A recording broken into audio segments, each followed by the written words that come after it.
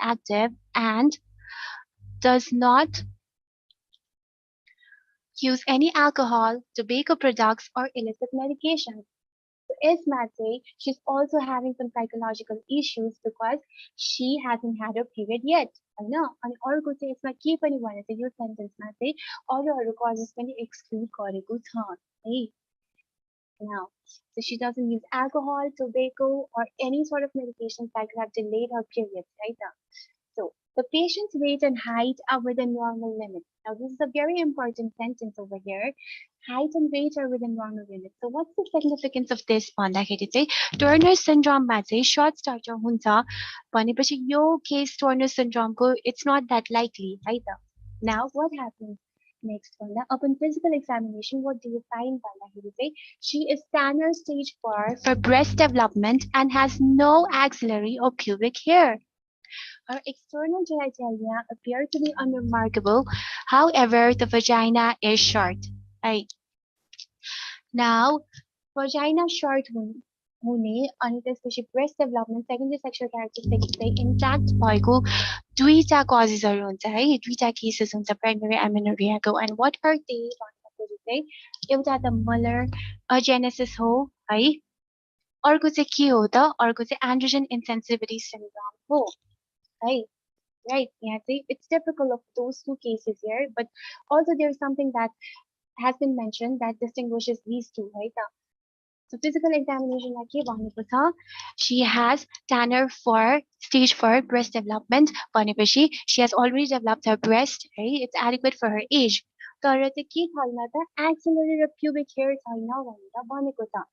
that means the person is not responding to her the person does not have hair say it's indicative of the androgen insensitivity syndrome right so okay again let's break it here right what is the most likely diagnosis right Turner syndrome not likely high complete Mullerian agenesis say it's somewhat likely there is one sentence that actually also excludes this to she does not have any axillary or pubic hair है complete Mullerian agenesis मा चाहिँ के हुन्छ त भन्दा यसमा पनि है Mullerian duct चाहिँ firm नभएकोले all the structures that is formed from the Mullerian duct that is fallopian tubule tubes है our uterus and uterus and cervix and upper part of the vagina is not developed right complete Mullerian agenesis मा and the same thing also happens in complete androgen insensitivity so but what distinguishes it is that complete androgen insensitivity method, there is no pubic and axillary hair. Right? I hope it's clear. Okay, I'll just explain it via a table over here. Right? So if you guys need explanation, right? I'll try to make it very short. Right? Whenever there is breast present and uterus absent, duita causes huna saksa. So that the Mullerian agenesis, right? Or the androgen insensitivity. So breast present भनेको meaning के हो भन्दाखेरि चाहिँ that our estrogen is working well, our ovaries or our estrogen is working well, right? But androgen insensitivity matter, there is no ovaries at all. There is testosterone. Then how come there is estrogen working भन्दाखेरि चाहिँ you have the androgen चाहिँ के हुन्छ त भन्दाखेरि aromatized भइदिन्छ के there is androgen, there is testis. Your cases matter okay, let's talk about androgen insensitivity first, right? The androgen insensitivity method, there is testis instead of ovaries, right? Because these people are phenotypically females, genotypically they are males. XY chromosome है your cases matter. So your XY chromosome the patient is going to have testis. And the testis is going to produce androgen, right? So your androgen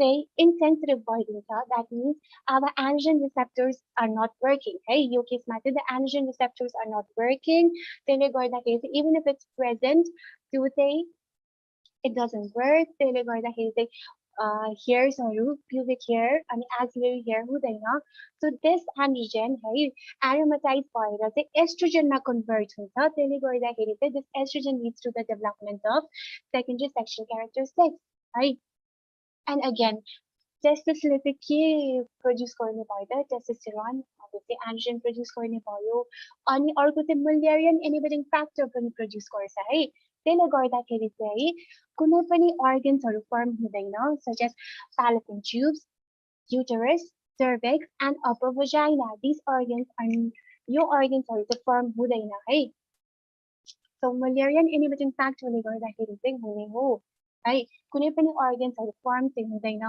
obviously the vagina is there किनभने the lower portion of the vagina it doesn't come from the Mullerian duct है त त्यही भएर चाहिँ the vagina त्यही भएर phenotypically the person looks like a female है breast पनि छ vagina पनि छ but as it has been mentioned in the question के छ त vagina चाहिँ एकदम short छ नि त because the upper part of the vagina is not there है त so यसमा के हुन्छ uterus absent दुईटैमा हुन्छ है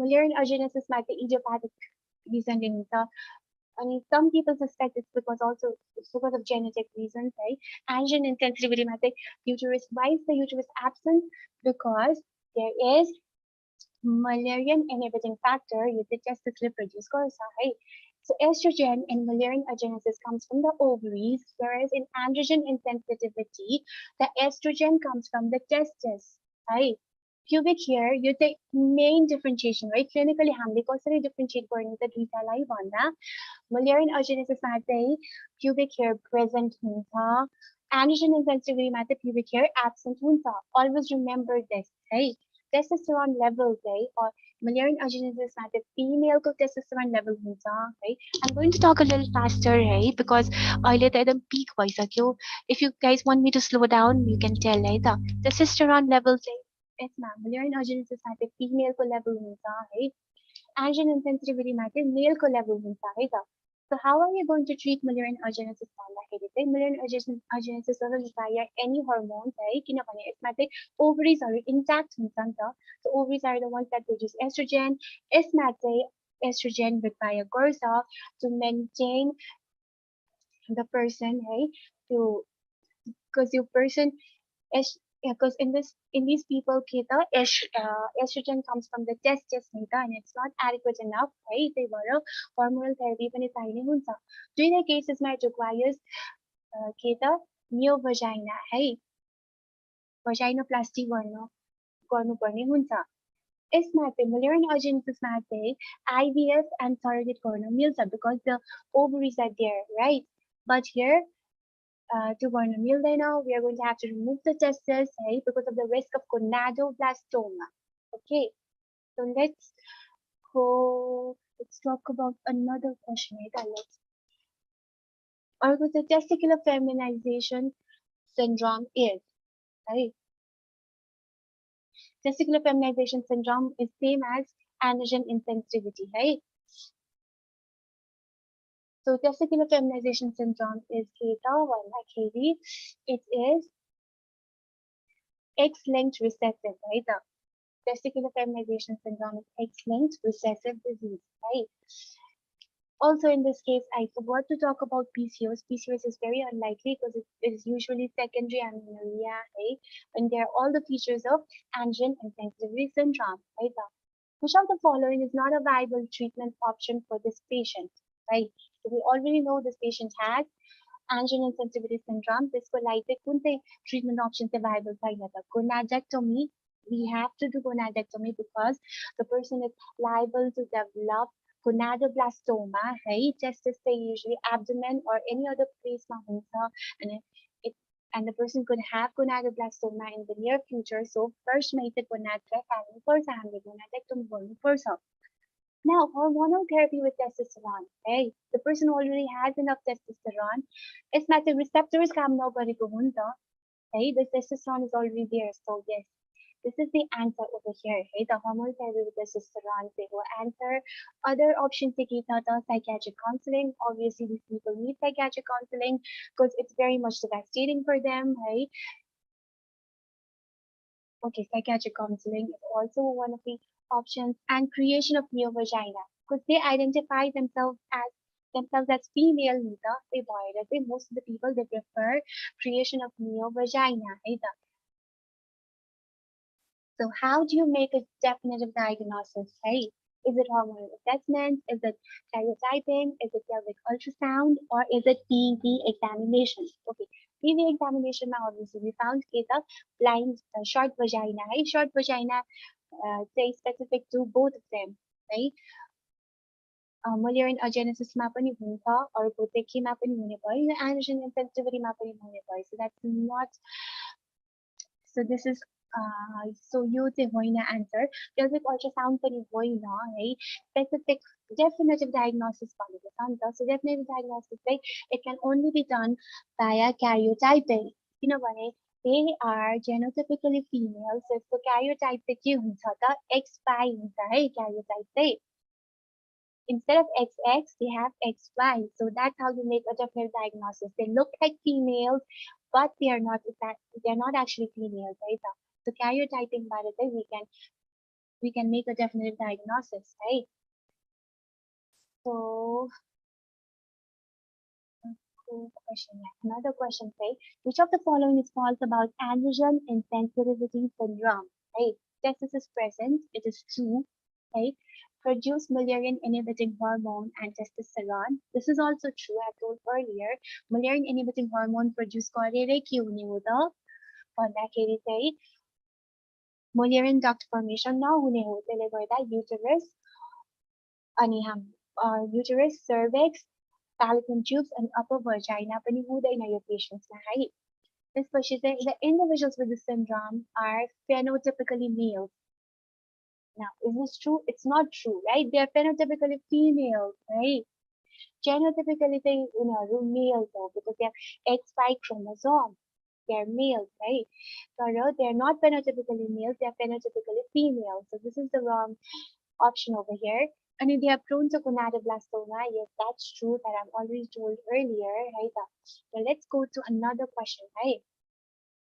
अर्को क्वेसनमा चाहिँ के छ त a 30-year-old female G2P0L0 भनेर भनेको छ right at 32 weeks pregnancy so this female is at 32 weeks pregnancy this is the second pregnancy right G2 भनेर भनेको छ she has had a previous abortion it is very clear right visits the gynecology ER with copious amounts of painless vaginal bleeding right copious amounts of painless vaginal bleeding. So what could be the reason? Right? Vaginal bleeding due to late pregnancy, right? 32 weeks, late pregnancy vaginal bleeding. So early pregnancy by day, ectopic pregnancy, our mind would have diverted there, but it's a late pregnancy vaginal bleeding. It is painless, right? So she had flight spotting 2 weeks earlier, but she didn't seek medical advice.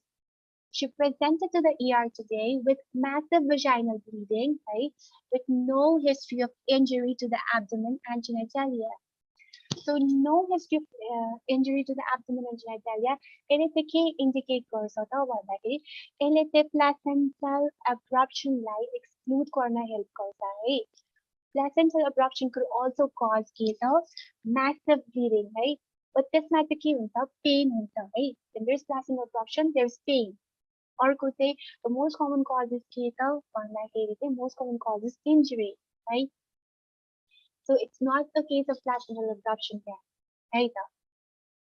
So her last pregnancy ended at 13 weeks with incomplete abortion after which she had undergone dilatation and curettage, right? So her last pregnancy ended at 13 weeks. So यसमा एउटा एकदमै important clue पनि दिएको छ है which is that she had undergone dilatation and curettage है placenta previa को चाहिँ one of the main risk factors भनेको चाहिँ के हो त scarring हो है scarring of the uterus भयो भने चाहिँ placental implantation चाहिँ wrong position मा हुन सक्छ है so she had dilatation and curettage right when she had abortion before so त्यसले गर्दाखेरि चाहिँ placenta previa भएको होला so here the scenario is indicates के त भन्दाखेरि placenta previa है त Now what is the most likely diagnosis भनेर भनेको छ placental abruption अघि नै भनिहाल्यो painless छ है अनि हिस्ट्री पनि ट्रमाको पनि हिस्ट्री छैन मेनली त painless भएकोले चाहिँ it's not placental abruption ectopic pregnancy मा ectopic pregnancy पनि होइन है on a placenta previa. Now, this is the answer over here because all of it indicates placenta previa. Right? Now, let's talk about another question. And this magic is a Covalier uterus is the finding in, right? Covalier uterus order the key okay, it's the finding in placental abruption. So what happens in Covalier's uterus is that when the placenta, when there's a when there is placental abruption, the blood seeps into the myometrium, right? Sometimes it also seeps into the serosa, right? Uterine serosa durability sequencer, LIT hamiki bonsamta binary Covaliers uterus quantum. So it occurs in placental abruption, right? Okay. Now let's talk about the different types of placenta previa. So the complete hunta. So this is the uterus, hey, and this one's the cervix with the internal OSO, hey. Completely take keywords are the completely internal OSO block course, hey. Placenta is a completely block course. Our placenta is supposed to implant in the fundus, hey, but instead of that, placenta previa mama say low-lying placenta hunta, hey, complete one. It's the most dangerous kind of placenta previa, you would say, because it completely blocks the internal OS, hey. Partial Lesakigorsa, it partially blocks the internal OS as you can see in this figure, right? Marginal bonding, it just touches the internal OS, hey? Margin matter touch karikuta, right? It does not block the internal OS. Any low-lying bonding, it does not touch the internal OS, hey? I mean, marginal matter, it touches the internal OS, but it does not block, right? Low-lying matter ki thota bana, it's internal OS, like touch kar dena, hey? It's few centimeters above, hey? Above the internal OS, but it is still low-lying. Like I mean, lateral placenta previa bani bonsam, hey? Lateral placenta previa. So, another question, right? Did I finish this question? Okay.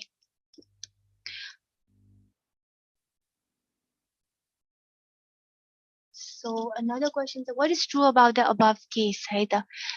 So placenta previa ko case. So what is true about this case? First here is malpresentation is common.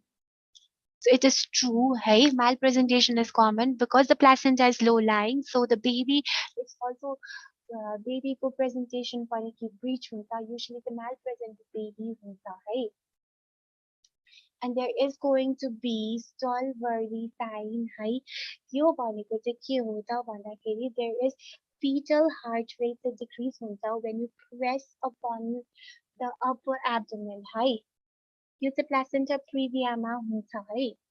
So this is also true, right? So there is slowing of fetal abdomen or fetal heart rate when you press the head down, right, into the pelvis. Right? Fetal head when you try to press down into the pelvis, त्यति बेला चाहिँ के हुन्छ त भन्दाखेरि fetal heart rate चाहिँ slow हुन्छ है. यो placenta previaको एउटा sign हो है. When you're doing CTG, this matter when you press the head of the fetus down into the pelvis, त्यति बेला चाहिँ fetal heart rate चाहिँ slow हुन्छ because of the decreased blood supply. So stall worthy sign is a sign of placenta previa, right? Now, size of the uterus is proportionate to the weeks of gestation and there is no tenderness, right? Uterine tenderness, without any uterine tenderness, right? This is also true. The size of the uterus is proportionate to the weeks of gestation, right? The size of the uterus is not decreased or anything, right? And there's no uterine tenderness. So this is also true. So true about the above cases, all of the above, right? So the most dangerous type of placenta previa is, as I've said earlier, त्यो चाहिँ के हो त भन्दाखेरि complete central हो है. यो फिगरमा पनि छ complete central where the placenta completely blocks the internal OS. It lies completely over the internal OS. Hey, this is the most dangerous type. Now, placenta invading the myometrium, reaching the serosa is. Now, with these three other examples of Keto on the adherent placenta, right? When the placenta is adherent to the myometrium, right? So, so What do we call when placenta is invading the myometrium reaching the serosa? The answer here is placenta percreta, right? Placenta percreta. Oh, so I'll explain it to you with this figure. Hey, placenta accreta matriculatum. Placenta is adherent to just the myometrium, right? Think other placenta is adherent to just the myometrium. In crematic the placenta invades the myometrium but does not reach the serosa. Right? Placenta is the myometrium that invades corso, तर serosa which गर्दैन. But placenta percreta the placenta invades the myometrium and it also reaches the serosa. So the answer here is placenta invading the myometrium, reaching the serosa. It is placenta percreta. Right? So from this figure also, this is the answer. Right? Our question था Kita and that 30-year-old nulliparous female. So the person has not had any babies yet, right? Nulliparous female trying to conceive presented to you with a non-tender abdominal mass, right? Non-tender abdominal mass. So she also noticed changes in her menstrual pattern. It is heavy and prolonged, lasting for around 10 days. So she has menorrhagia in a 28-day cycle. So 28-day cycle bonipo. She says she completes the cycle bonipo. She says her menstrual cycle is completely normal, right? 28-day cycle bonipo. But still she has menorrhagia, so there could be some other pathology over there, right? She has no history of postcoital bleeding, and it's a cervical malignancy like food force her, hey, but she does complain of urinary frequency and urgency. Right? So what could be the reason behind this? Right? She has an abdominal mass, pressure symptoms coming out of her, right? Non-tender abdominal mass that is with her, notice changes in her menstrual pattern. So क्या होना था, right? So this is a case of leiomyoma, right? Uterine fibroid को case हो, right? So let's talk about the symptoms. There's heavy monthly periods, right? The person has this, and her her fibroid is pretty large, right? Abdominal mass is feel hunta, right? So pelvic pain and pressure hunta, right? Any pain during sexual intercourse, right? Frequent need to urinate because the mass is very large, so it's going to it's going to cause pressure into the urinary bladder, and this is a frequent need to urinate, right? There's frequent need to urinate, right? And this she anemia होना सकता because of the heavy bleeding, and the person here is nulliparous, so she has been trying to conceive, so most probably her infertility is the cause of this fibroid, right? So what is the most likely diagnosis here? It is leiomyoma, right? So if the case is already that way, so you need to read between the lines, right? Just focus on each and every line, right? एकदम है focus point, you should not miss any point, right? Every line leads you to the diagnosis, right? So what is the commonest change that occurs in menopause? Right? Hyaline degeneration होने के था. Hyaline degeneration say it is the most commonest change that occurs during the childbearing period, right? Menopause मात्र होना ये तो childbearing period को सबसे common change हो hyaline degeneration. It's not the cute that as the leiomyoma or the fibroid is growing, right? Kinada childbearing period na kinaunta wala childbearing period na there is estrogen nita, estrogen excess nita. Leiomyoma को चाहिँ one of the यसको चाहिँ reasoning के हो त भन्दाखेरि estrogen excess को बेलामा हुने हो. Either the person is usually nulliparous woman मा एकदमै common हुन्छ नि त, because they have had estrogen excess होइन, कि त एकदमै चाँडै menarche भएको पेसेन्टमा हुने हो. So hyaline degeneration चाहिँ किन हुन्छ त when the fibroid is growing, के हुन्छ त भन्दाखेरि fibroid receives its blood supply from the capsule, right? From outside the capsule. त्यही भएर चाहिँ भित्रपट्टि है सेन्टरमा चाहिँ blood supply enough हुँदैन when the fibroid is growing. त्यसले गर्दाखेरि चाहिँ hyaline degeneration हुन्छ, especially केमा त especially in the childbearing period, right? Red degeneration भनेर भनेको छ. Red degeneration especially occurs during the pregnancy, right? Red degeneration भनेको चाहिँ के हो त भन्दा pregnancy को बेलामा what's going to happen? The patient is going to have के त the patient is going to be more prone to thrombosis, right? एउटा त. So के हुन्छ त uterine vessels को thrombosis भएर चाहिँ इन्फेक्सन हुन्छ, फाइब्रोइडमा गएर इन्फेक्सन हुन्छ एउटा त है. अर्को चाहिँ the uterus is growing later or during the pregnancy, त्यसले गर्दाखेरि चाहिँ torsion of the vessels हुन सक्छ है. The vessels that supplying the fibroid, त्यसको torsion भएर चाहिँ necrosis हुने भयो, fibroid को necrosis हुने भयो.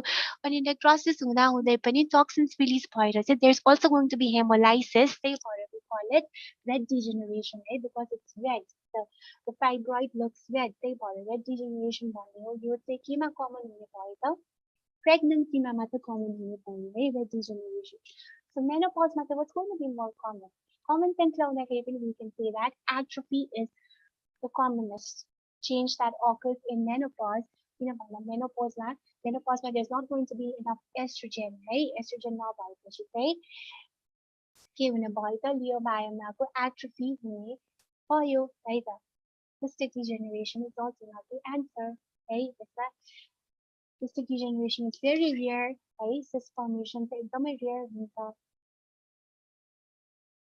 Okay, now what is false? So let's talk about the risk factors. As I said earlier, hey, fibroid चाहिँ के हुन्छ estrogen excess भएको environment हुने हो. So increased risk चाहिँ के हो त भन्दा increased risk चाहिँ nulliparity हो है.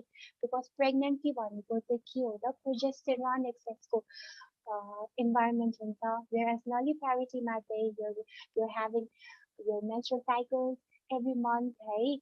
त्यस्तो भएपछि चाहिँ के हुन्छ त estrogen excess भएर चाहिँ के हुन्छ भन्दा लियोमायोमालाई चाहिँ एकदम suitable environment create हुन्छ है त. So African descent मा पनि fibroid एकदमै common हो. Age greater than 40 years. If the person has had early menarche, right? Younger than 10 years में menarche भयो भने त obviously the person is going to be exposed to much more estrogen than the normal girls of her age हैन. त्यसपछि चाहिँ early menarche भएको मान्छेमा पनि leiomyoma common हुन्छ. Family history भएको patientsमा है, obesity को केसमा हैन. Okay. अर्को चाहिँ decreased risk भनेपछि obviously increased severity, late menarche, smoking, use of oral contraceptives, right? Obesity is also related to PCOS over here, right? PCOS like के हुन्छ estrogen excess भएर त breakthrough bleeding हुने हो नि त PCOS मा. त्यही भएर obesity को कारणले पनि लियोमायोमा हुन सक्छ भनेर भनेको छ है त. So false about uterine leiomyoma, right? What is false? Calcification occurs in the periphery and degeneration occurs in the center. Right? So do you think this is true? You would say actually not true though, because as I've said earlier, leiomyoma ko चाहिँ leiomyoma चाहिँ एउटा false capsule हुन्छ है. त्यो capsule को थ्रुबाट चाहिँ blood supply चाहिँ it comes from the capsule है. It enters from the capsule है. त्यही भएर चाहिँ centerमा चाहिँ blood supply enough हुँदैन if the leiomyoma is growing.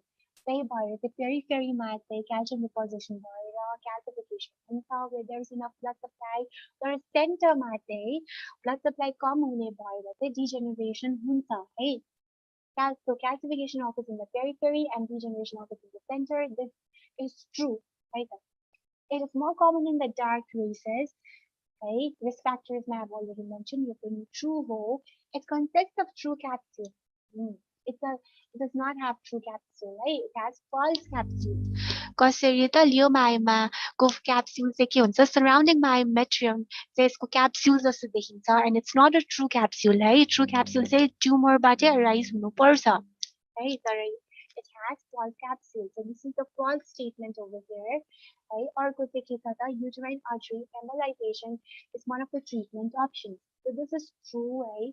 यसमा चाहिँ के गर्न सकिन्छ त भन्दाखेरि चाहिँ हामीले चाहिँ क्याथेटरबाट चाहिँ है क्याथेटरबाट चाहिँ के गर्न सकिन्छ त एन्टर गरेर चाहिँ डिफ्रेन्ट आर्टरी एन्टर गरेर चाहिँ हामीले एम्बोलाइज गर्न सकिन्छ अनि यसले चाहिँ के हुन्छ ब्लड सप्लाई रिड्युस गरिदिन्छ है फाइब्रोइडमा ब्लड सप्लाई रिड्युस भएपछि obviously it's going to die अनि फाइब्रोइडको साइज चाहिँ डिक्रिज हुन्छ so it's like red degeneration है प्रेग्नेन्सीमा जसरी रेड डिजेनरेसन भयो नि त्यस्तै हुन्छ युरिन आर्टरी एम्बोलाइज गर्दाखेरि पनि it's going to decrease the size of the भन्दा साइज अफ द फाइब्रोइड है त यसको पनि आफ्नै प्रोज एन्ड कन्स छ it is going to be very painful है but it does help in decreasing the size, so it is one of the treatment options, right? So medical treatments of the above condition is it estrogen therapy? Not, right? Estrogen especially variable, the whole estrogen therapy is not going to work.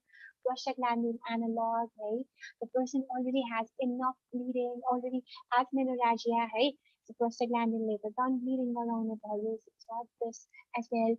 GnRH agonist, so यहाँ चाहिँ GnRH agonist is the answer है the gonadotropin releasing hormone agonist is the answer यसले चाहिँ यो दिएपछि के हुन्छ negative फिडब्याकबाट चाहिँ एस्ट्रोजनलाई डिक्रिज गराउँछ एस्ट्रोजन डिक्रिज भइसकेपछि चाहिँ के हुने भयो त भन्दाखेरि हाम्रो युटेरसको size is also going to decrease है युटेरसको साइज डिक्रिज गर्ने भयो त्यही भएर GnRH agonist चाहिँ used in the treatment of the अबभ condition There's कसको माइक अन बस है माइक म्युट गरिदिनु होला है